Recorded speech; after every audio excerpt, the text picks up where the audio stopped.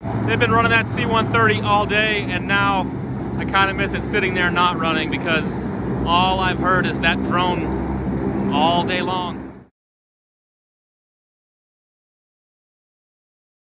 You do? I haven't touched anything on the brake, and this is finger loose. Finger looking good. We'll make it finger tight. I mean, I've seen it happen, but not on a low pressure system. I mean, like this, it's not even, yeah. That is for sure a crack. Give me that rag again.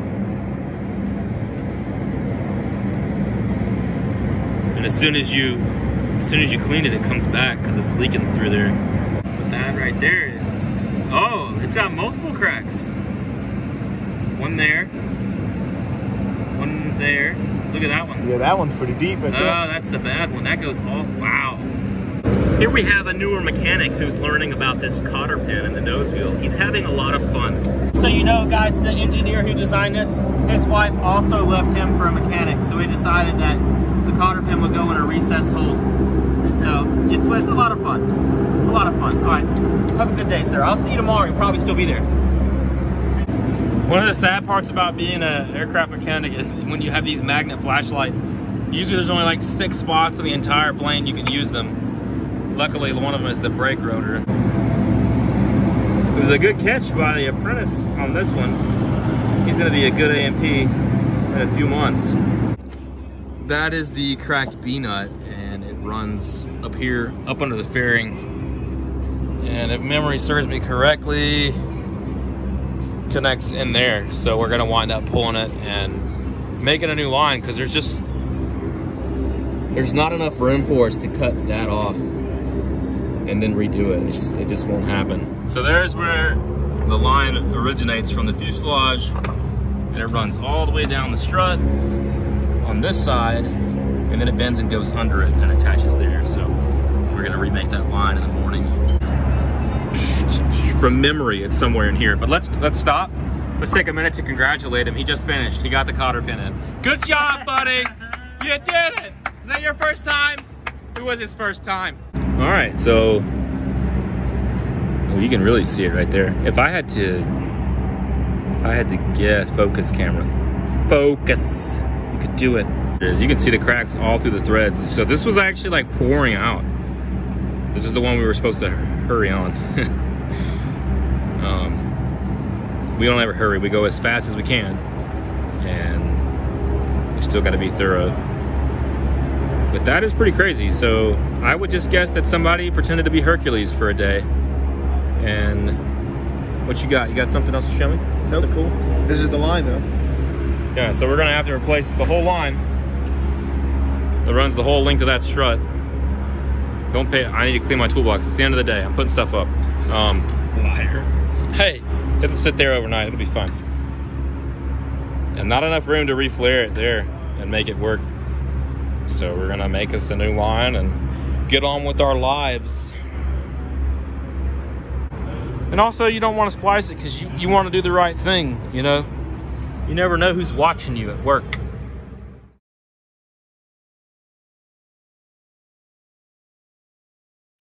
We got a high annual that just came in, so since I'm done with the engine, I'm helping them out. It's gonna get a tire replacement, cleaning some bearings. The most important thing is that when you separate the wheel halves, you leave air pressure on.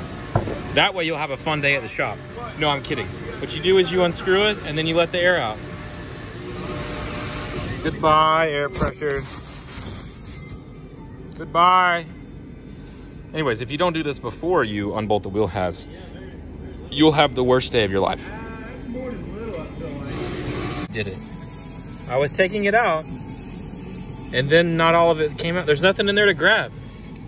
The rest of the cord can come with it.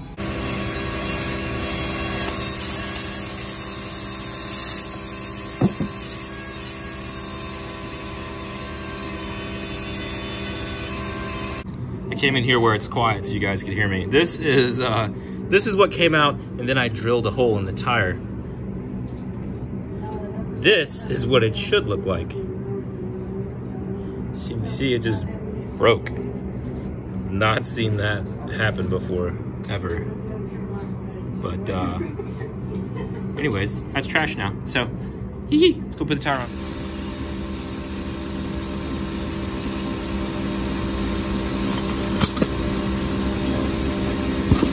There it is.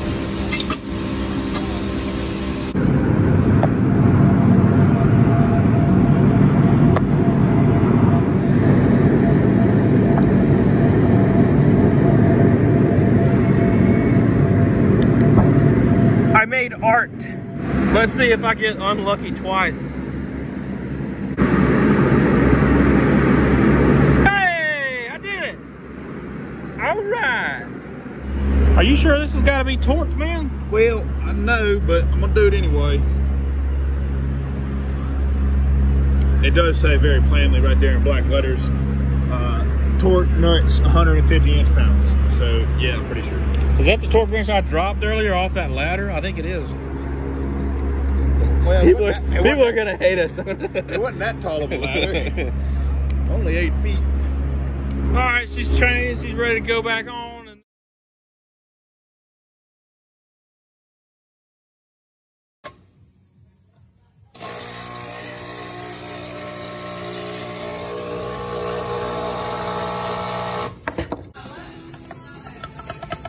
What do you think happened to it? You unplugged it. I'm trying to film an important video over here. Working on the 100 hour for this bird, and I want to show you the spark plug we found. So if you look at this one, you'll probably notice that there is no gap on this left electrode here. If we zoom in and you look there, it's actually cracked, which is really weird. I haven't seen that before. It moves in and out pretty easily. But this right here is a failed spark plug.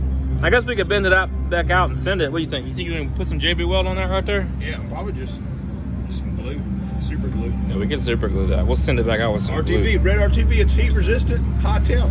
Bro, you must work on tractors during the week and airplanes on the weekend. Is that right? All the time. Yeah, that sounds about right.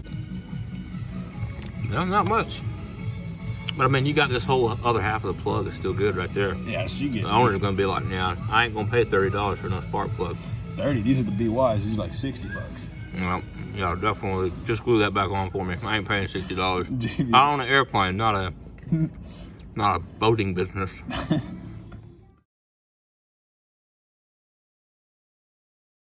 All right, we got the engine yanked off of here, but everything's covered in oil. So we need to clean it up so we can get a good inspection on these parts that you generally can't see.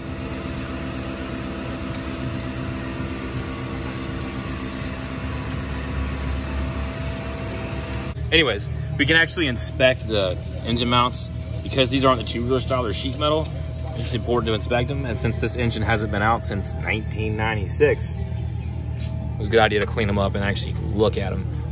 Also, because it hasn't been out in a while, you can find, 20 years of FOD that people have just dropped down in here and left.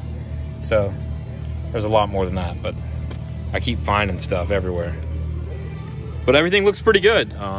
No cracks, no rivets tipping or anything like that. So happy with the way the mounts look. This is day 2 of the shadow method with the yoga mat and the cutting boards that they're glued to. It's holding up pretty well, really liking it.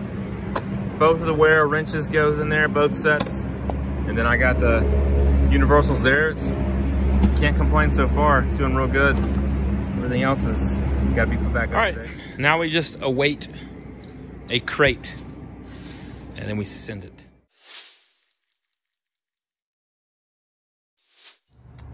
So we have been asked to do an annual on a Grumman.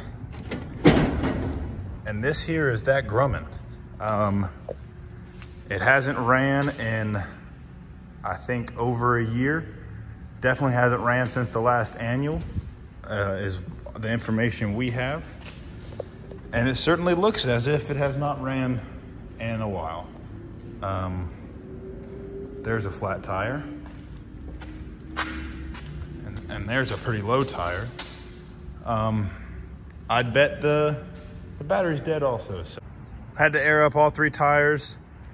We're gonna have to throw a battery on there, charge it up. We would have just put the battery in there, but it doesn't fit in that box. Hopefully we can get it fired up. The engine doesn't look that horrible. Compression's non-existent, actually. Can't feel nothing. Ready? Clear.